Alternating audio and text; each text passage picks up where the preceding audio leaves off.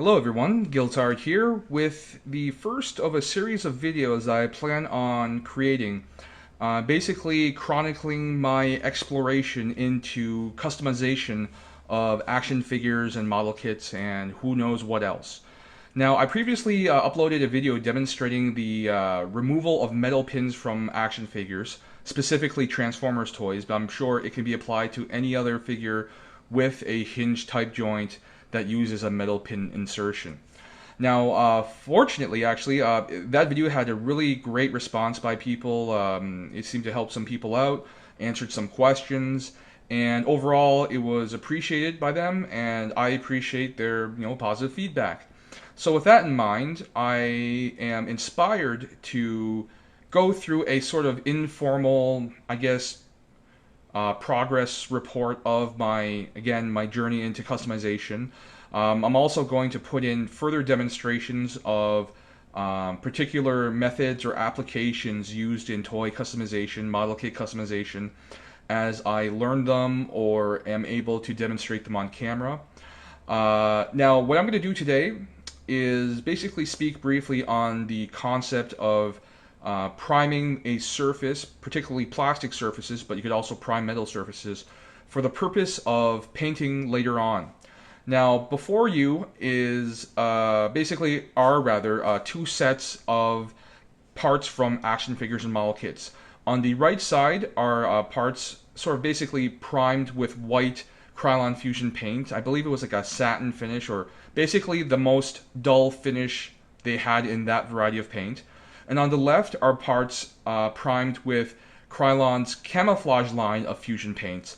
And the big difference is, because they're both good in terms of durability, they both, after giving them proper curing periods, are really strong. Like, they're basically not going to chip or flake. I've tried scratching them with my fingernails. I've also tried basically scratching them with other parts that have been primed, and really, as far as I can see, there is no significant sign of wear or tear on the surface. So this tells me that with Krylon's fusion formula, their fusion technology, it really does work well. Basically, once the paint interacts with the plastic surface, something happens in terms of, I guess, a chemical reaction, and the paint bonds with the plastic.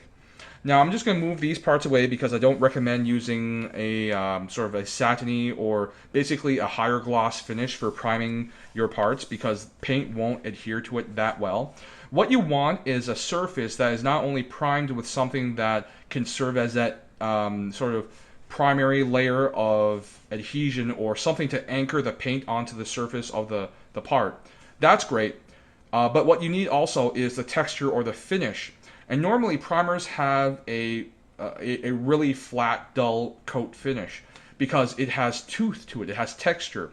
And the camouflage paint that I've used by Krylon does have that flat texture.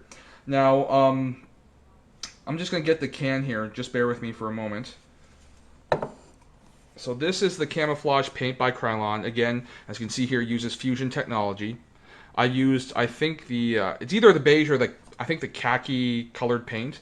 What you want to do normally when you prime parts for painting is you're going to choose a white, black, or gray, or something like again, one type of neutral color like khaki or beige, so it doesn't interfere with layers of paint up top, basically affecting how they appear. But anyways, I've used that kind of paint as a primer. Again, I've let it cure for an appropriate amount of time. According to the instructions by Krylon, they say that 1 week or 7 days is the proper time for allowing their Krylon or their camouflage fusion paint to cure. And something to bring up right now is that there is a big difference between the two terms when used with respect to paint and primers and stuff like that. Is something that is dry is not necessarily fully cured. Dry just means you can touch the surface of whatever is primed or painted and not have that material rub off onto your fingers, right? That's what dry means. But cured means not only is it dry, but basically it has set. Whatever that material is, that substance, has been given enough time so that it basically becomes stable and essentially durable. So Krylon's fusion paint can be dry within minutes, if not hours, but it's not fully cured for at least, again, like I said, several days, 1 week basically. So you want to make sure that if you use some sort of paint or primer, always check with the documentation either on the container itself, whether it's a spray can or a glass bottle for the paint. If you can't find instructions there, go to the website of the manufacturer and check the FAQ or the documentations part of the site for basically the official word on how long something takes to cure. Because, again, dried paint or dried primer is not durable. However, cured paint or cured primer has gotten to the point where it has set and become stable. Okay? Now, as far as the next step, I know it's durable. I've tried scratching the primer. It's not going off. I know that the Krylon Fusion Camouflage Paint offers a flat, dull coat, so it gives a good tooth for paint adhesion, because if something is really smooth, paint will not be able to grab onto it effectively. So therefore, even if the paint is strong, it will likely flake off, and in some cases, people have reported whole portions of a toy or model kit that's been painted, whole portions of the paint peeling right off because, again, it may be able to hold to itself, but it can't hold to that surface that it's been painted on. But yeah, the next step that I'm going to get to, probably not for a little while just because I will be busy for the next few weeks, the next step is to apply some paint, whether it's acrylic, enamel, or lacquer, or whatever else, and then let that paint cure properly, depending on the manufacturer. Again, I'm going to have to double check to see how long it takes to cure. And when it's cured, then I'm going to do yet another test and see how durable that paint is when it is applied over this level or layer of primer. Now, something else I want to mention, that aside from priming, another option for people to explore is sanding of the surface. I think that's a viable option as long as the part that you're sanding for preparation for painting is not too complex in terms of its landscape. If it's something that has, for example, a lot of grooves and essentially panel lines there, sanding down the surface a bit will only affect whatever parts of the surface you can touch with your abrasive material. Commonly, it's going to be a fine grit sandpaper. So in those cases, I do recommend using primer.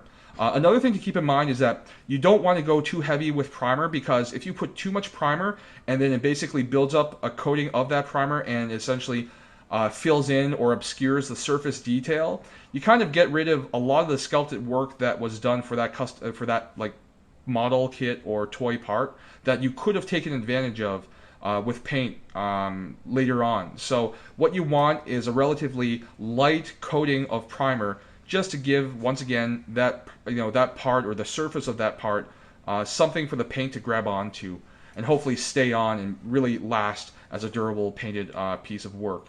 So that's it for this video. I really do hope that anybody out there who has questions, please put them in the comment section. Not necessarily for myself, but for anybody else who's watching this video and who has experience with painting and customizing model kits or toys. Maybe they can chime in and answer questions that people have. On the other hand, for those experienced people out there, please leave your comments. Share with us your own experiences and your expertise that you've gained over time by doing your own customizations. I'm sure it will be really valuable to anybody out there who's watching and reading the comments below. So as usual, thank you very much for watching. Have yourselves a great day, and I'll see you at the next video.